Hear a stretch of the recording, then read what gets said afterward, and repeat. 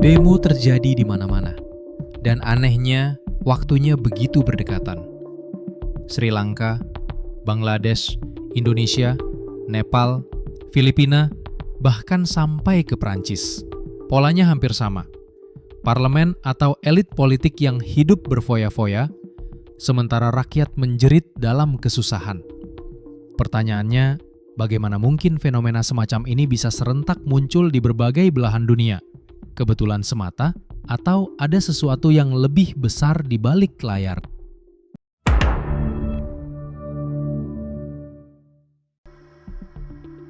Kalau kita pernah menonton film science fiction, hal ini sudah tidak asing lagi. Ambil contoh film terbaru Tom Cruise, Mission Impossible: Dead Reckoning.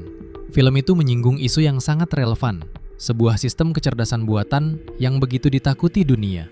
Bayangkan, sebuah mesin mampu menciptakan berita palsu, menggelar ilusi demonstrasi besar-besaran di seluruh dunia, padahal kenyataannya tidak pernah ada. Mesin ini bahkan bisa memanipulasi informasi, seolah-olah negara A sedang menembakkan rudal ke negara B, meskipun kenyataannya tidak demikian. Yang lebih mengerikan, AI itu digambarkan mampu mengambil alih jaringan internet, menguasai sistem senjata nuklir, bahkan membuat kapal perang menembakkan torpedonya sendiri hingga tenggelam ke dasar laut.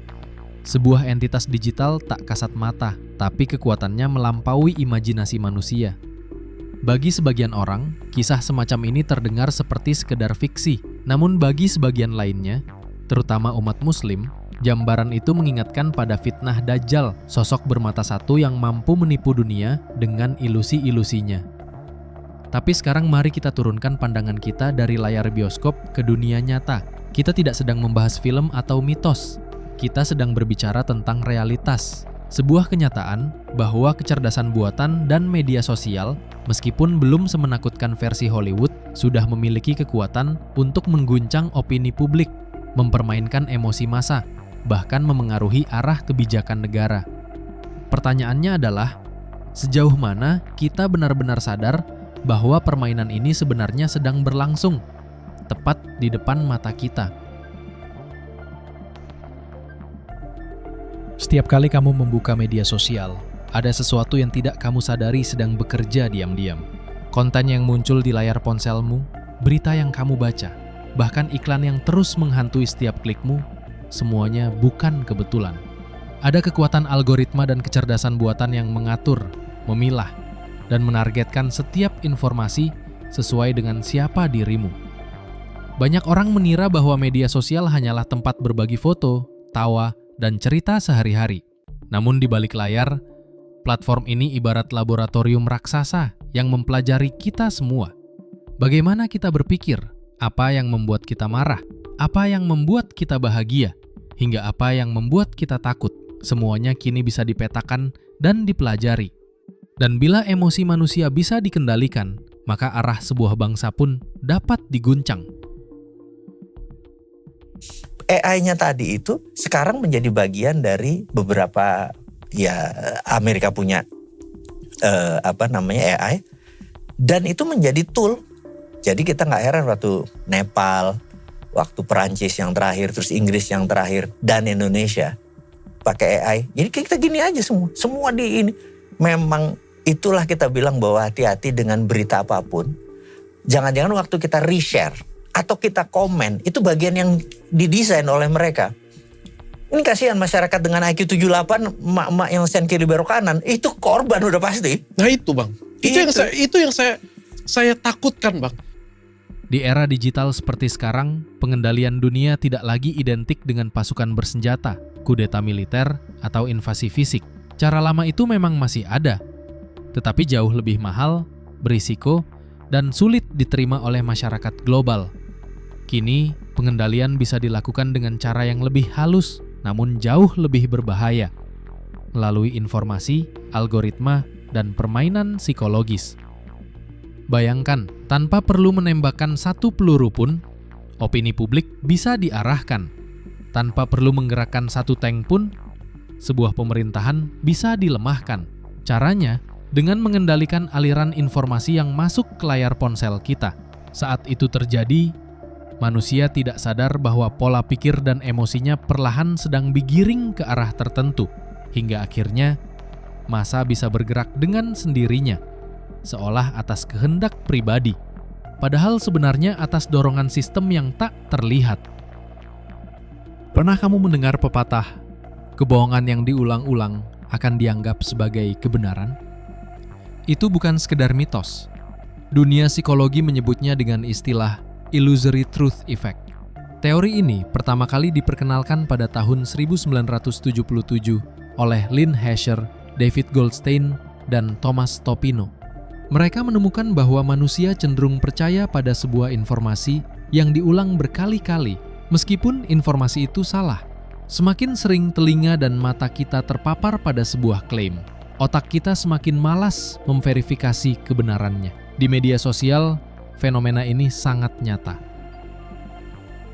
Di Amerika Serikat pada tahun 2016 misalnya, penelitian dari Pew Research Center dan sejumlah universitas besar menunjukkan bahwa ribuan akun bot otomatis menyebarkan berita palsu secara masif.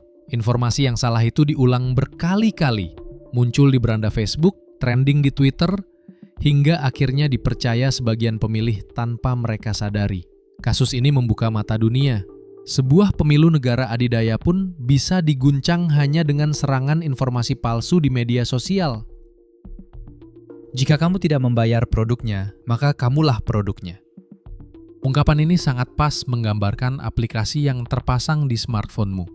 Meski terlihat gratis, sejatinya kamu membayar dengan data pribadimu. Bahkan aplikasi berbayar pun sering tetap mengumpulkan informasi tentangmu. Setiap aktivitas di ponsel bisa dipantau untuk membentuk gambaran lengkap tentang karaktermu. Dan disinilah peran media sosial jadi lebih menakutkan. Ia tidak sekedar merekam apa yang kamu klik, tapi juga berusaha memahami siapa sebenarnya dirimu. Semua itu dimungkinkan lewat cookies, cache, hingga GPS tracking yang bekerja diam-diam di balik layar. Bayangkan kamu sedang berkumpul dengan beberapa teman di satu ruangan. Salah satu temanmu membuka artikel tentang otomotif. Meski kamu sendiri tidak pernah mencari topik itu, tiba-tiba di berandamu ikut muncul rekomendasi konten otomotif. Mengapa? Karena algoritma mendeteksi bahwa kamu berada di lokasi yang sama dengan temanmu, lalu menganggap kalian punya minat serupa. Lebih menakutkan lagi, jika temanmu sering membaca berita politik yang provokatif, tanpa sadar kamu pun akan direkomendasikan berita yang sama. Inilah cara AI bekerja. Ia menghubungkan kebiasaan antar individu dalam satu kelompok sosial atau lokasi, lalu menyebarkan konten yang dianggap paling relevan. Dengan mekanisme seperti ini, berita bohong atau provokatif bisa menyebar bagaikan virus, cepat, masif, dan sulit dihentikan. Sekarang bayangkan, lingkungan mana yang paling rentan dengan pola seperti ini? Jawabannya adalah kampus. Hampir semua mahasiswa hidup dengan smartphone di tangan, terhubung ke internet, aktif di media sosial, dan terbiasa berbagi informasi secara instan. Satu isu saja yang viral di lingkup mahasiswa bisa dengan mudah meluas ke ribuan orang hanya dalam hitungan jam. Dari situlah, opini kolektif terbentuk, emosi massa tersulut, bahkan gerakan demonstrasi bisa tercipta hanya karena rekomendasi algoritma yang kebetulan mengarahkan semua orang ke isu yang sama. Dan ini bukan sekedar teori. Meta, perusahaan induk Facebook dan Instagram, sudah berkali-kali tersandung masalah hukum karena dianggap melanggar privasi penggunanya. Pada 2022, Meta setuju membayar 37,5 juta dolar Amerika Serikat untuk menyelesaikan gugatan di California yang menuduh mereka tetap melacak lokasi pengguna meskipun fitur location services dimatikan. Penelitian independen juga menemukan bahwa aplikasi Facebook dan Instagram tetap melakukan pelacakan latar belakang pada pengguna Android, bahkan tanpa persetujuan eksplisit. Tidak hanya itu, Meta juga menghadapi tuntutan di Eropa karena melanggar GDPR, termasuk kasus penggunaan data pihak ketiga tanpa izin dan teknologi pengenalan wajah biometrik. Semua ini menunjukkan satu hal, alih-alih melindungi privasi, data pengguna justru menjadi bahan bakar utama mesin algoritma raksasa media sosial. Kita tidak hanya sedang diawasi, tapi juga diarahkan. Apa yang harus kita baca, apa yang harus kita percaya, bahkan bagaimana seharusnya kita merasa.